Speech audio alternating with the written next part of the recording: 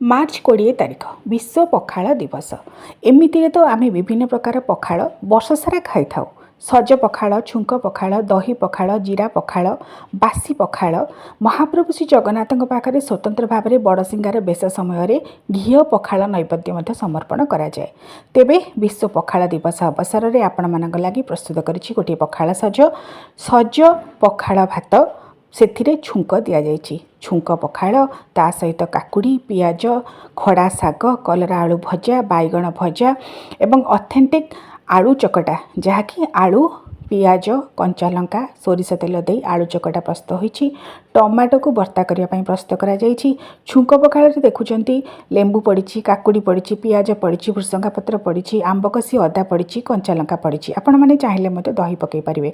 ता सहित बीन भजा, पोटल भजा एवं स्वतंत्र भाव में गोटा सिझा आलू जीरा देकी भजा करछि।